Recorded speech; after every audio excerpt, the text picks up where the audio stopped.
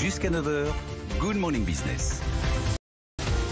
À 7h24, notre invité, c'est Maxime Ayache, le président de Domia Group. Bonjour. De la Fédération des services aux particuliers. C'est avec ces deux casquettes qu'on vous reçoit parce que, évidemment, cette pandémie, le confinement a mis un coup d'arrêt au service à la personne, que ce soit via des organismes comme les vôtres, le Domia Group ou Shiva, ou pour les employeurs particuliers qui payent leurs femmes de ménage, par exemple, et qui les déclarent. Coup d'arrêt total, hein. C'est enquête Ipsos sur la période du confinement où on voit que 70% des particuliers employeurs se sont totalement passés des services de leurs employés pendant 14 semaines. En effet, pendant les périodes de confinement, ça a été compliqué. Dans nos activités sur Shiva, pendant une période d'environ 2 mois, 15 mars, 15 mai, tout s'est arrêté. Voilà, tout s'est arrêté. Sur nos activités d'éducation à Academia, ça a été beaucoup moins difficile puisqu'on a pu se retourner, proposer des solutions d'enseignement distanciel à quasiment la totalité de nos élèves. Donc ça a été compensé dans notre groupe.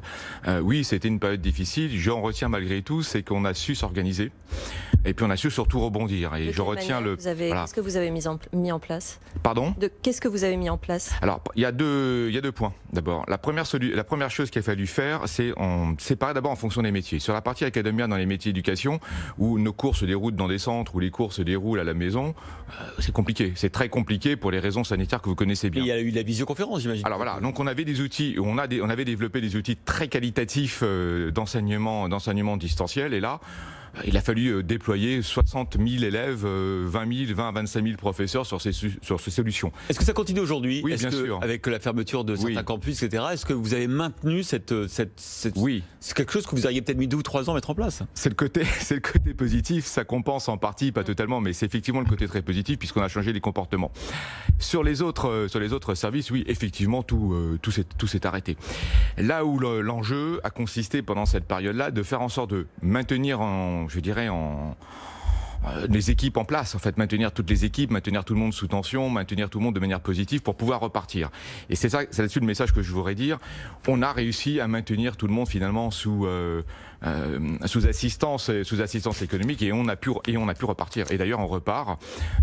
Sur nos chiffres Shiva, on retrouve un niveau d'activité qui est même supérieur à celui que nous avions l'année passée. Et sur Academia, on s'en approche également. Et c'est vrai également dans le secteur qui a bien tenu le choc. Voilà. Mais c'est pas le fruit du hasard, c'est le fruit de beaucoup de travail. Je suis toujours étonné encore quand on discute parfois avec certains amis, des gens qui continuent à embaucher du personnel au noir, alors que soit via des organismes comme le vôtre, soit en étant employeur et en déclarant ses salariés, c'est même plus intéressant. Pourquoi continuer à embaucher des gens noirs? Alors, vous avez raison. Je ne comprends pas. C'est tout sauf citoyen et on peut en débattre. Et en plus, c'est tout sauf citoyen. Oui, c'est tout sauf citoyen. Et on a vu également pendant cette période-là que les personnes qui travaillaient avec des structures comme les nôtres, comme Shiva, Academia ou comme nos structures de la fédération, en fait, ont tous été accompagnés d'un point de vue financier pendant cette période. Il faut mentionner malgré tout que ceux qui sont noirs, ils n'ont rien. Et à la limite, c'est ça, ils n'ont rien. Voilà, ça c'est leur. Et je pense qu'ils ont réalisé pendant cette période de crise que les employeurs qui les embauchaient au noir, quelque part, les pénalisaient très concrètement à court terme et à long terme sur la retraite, bien évidemment. Mais c'est les deux, c'est deux coupables, c'est pas un coupable. Alors, je voudrais rebondir sur un point. Pourquoi malgré tout il y a encore du travail au noir? Alors, pour une raison qui est très simple, c'est qu'aujourd'hui, vous payez une prestation de ménage, par exemple, 20-25 € de l'heure avec une structure comme la nôtre. Ça, c'est chargé, ça, c'est tout compris. Chargé. Cotisation sociale incluse, tout compris. Et vous avez 50% de remboursement d'impôts. Et vous avez 50% de réduction d'impôts. Donc, je vous dis, voilà, ça coûte 25 € divisé par 2, 12,50 €. Finalement, c'est un prix très raisonnable et c'est globalement similaire à celui du travail noir. Donc, pourquoi? En fait, la raison est la suivante, c'est que vous avez un décalage de trésorerie qui est significatif entre le moment où vous payez votre prestation, donc les fameux 25 €, et le moment où vous récupérez votre crédit d'impôt. Il se passe un an.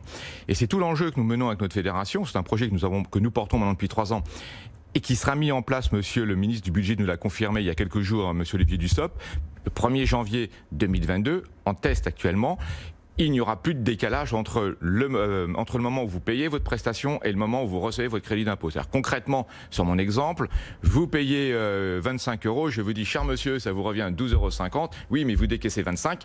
Demain, et demain c'est vraiment demain, 1er janvier 2022, comme l'a annoncé monsieur le ministre du Budget Olivier Dussopt, vous paierez bien 12,50 € et on fera notre affaire pour récupérer, nous structures, ce crédit d'impôt. Merci beaucoup Maxime Ayache, président et fondateur de Domia Group, d'être venu nous voir ce matin dans Good Morning Business.